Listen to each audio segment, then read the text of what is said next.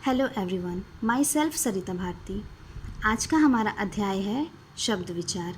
शब्द विचार से क्या तात्पर्य है या शब्द विचार से हम क्या समझते हैं, आइए जानते हैं। हम जानते हैं कि भाषा की दूसरी इकाई शब्द है। शब्द की परिभाषा इस प्रकार से है।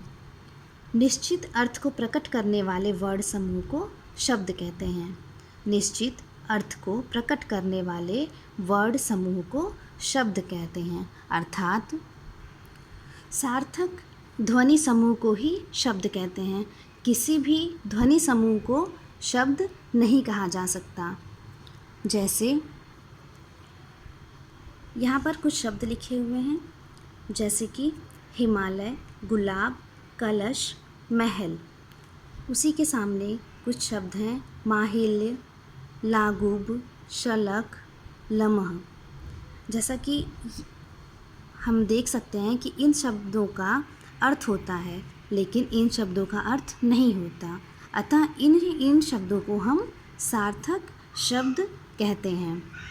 अतः स्पष्ट है कि शब्द में अर्थबोध की क्षमता होनी चाहिए, अर्थात कि ऐसे शब्द जो अर्थ प्रकट करें वही शब्द कहलाते हैं। अब हम जान लेते हैं शब्दों के प्रकार या शब्दों के वर्गीकरण के बारे में। शब्दों को मुख्यतः 3 भागों में बांटा गया है। पहला व्युत्पत्ति के आधार पर, दूसरा उत्पत्ति के आधार पर, तीसरा प्रयोग के आधार पर। व्युत्पत्ति अर्थात बनावट के आधार पर शब्दों को 3 भागों में बांटा गया है। पहला रूढ़ शब्द, यौगिक शब्द, योग रूढ़ शब्द। रूढ़ शब्द ऐसे शब्द जिनको विभाजित करने से उनका कोई अर्थ न निकले, उन्हें रूढ़ शब्द कहा जाता है। जैसे कल को विभाजित किया जाए तो क धन ल, तो पृथक क और पृथक ल का कोई अर्थ नहीं होता है। इनके मिलने पर कल होता है, जिसका अर्थ होता है।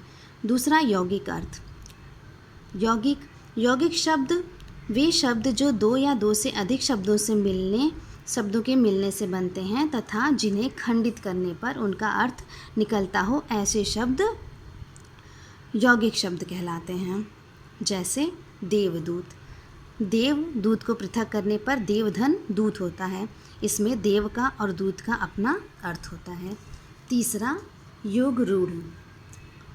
जो शब्द 2 या 2 से अधिक शब्दों के मिलने से बने हों या किसी विशेष अर्थ को दर्शाते हों, वे योग रूढ़ शब्द कहलाते हैं।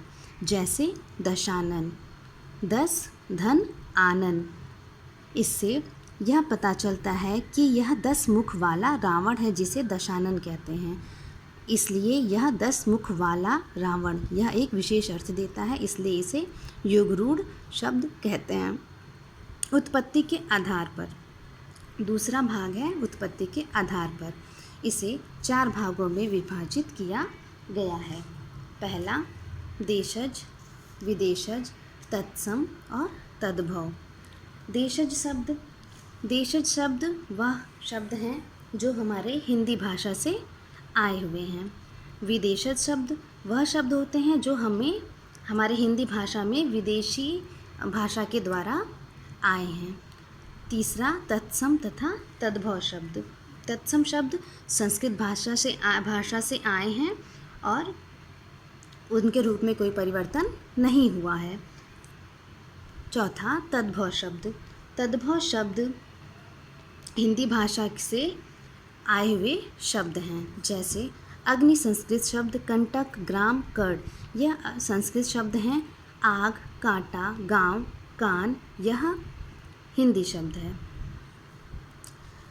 अब देख लेते हैं तीसरा भाग प्रयोग के आधार पर। प्रयोग के आधार पर इसे 2 भागों में बांटा गया है। पहला विकारी शब्द, दूसरा अविकारी शब्द। विकारी शब्द जिन शब्दों का रूप परिवर्तन होता रहता है वे विकारी शब्द कहलाते हैं। जैसे मुझे, मैं, हमें, अच्छा, अच्छे, खाता है, खाती है इत्यादि। इनमें संज्ञा, सर्वनाम, विशेषण और क्रिया, यह सभी विकारी शब्द कहलाते हैं।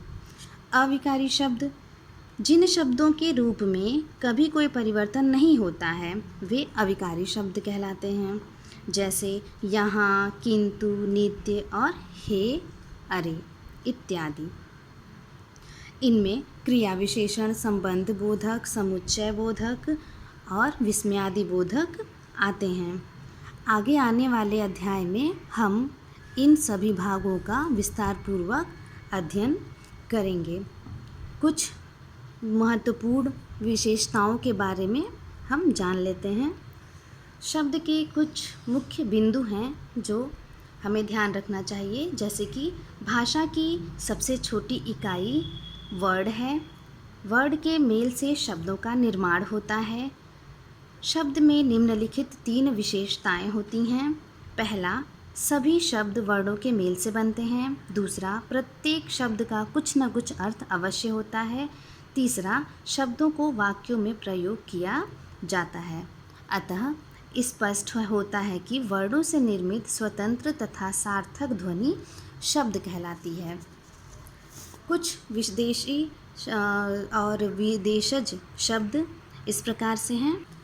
अंग्रेज़ी, फ़ारसी, अरबी, तुर्की, पुर्तगाली, फ्रांसीसी, यूनानी आदि भाषाओं से कुछ शब्द हमारे हिंदी भाषा में प्रयुक्त होते हैं। जैसे रेडियो अंग्रेजी भाषा से पेन, टिकट, पेंसिल, फ़ारसी भाषा से अनार, नमूना, बीमार, ज़मींदार, अरबी अमीर, गरीब, कानून, खत, तुर्की बहादुर, तोप, चाकू, कैंची, पुर्तगाली अचार, गमला, तिजोरी, कॉफ़ी, फ्रांसीसी पुलिस, कर्फ्यू, बिगुल, कार्टून, यूनानी, टेलीफोन, डेल्टा, टेलीग्राम।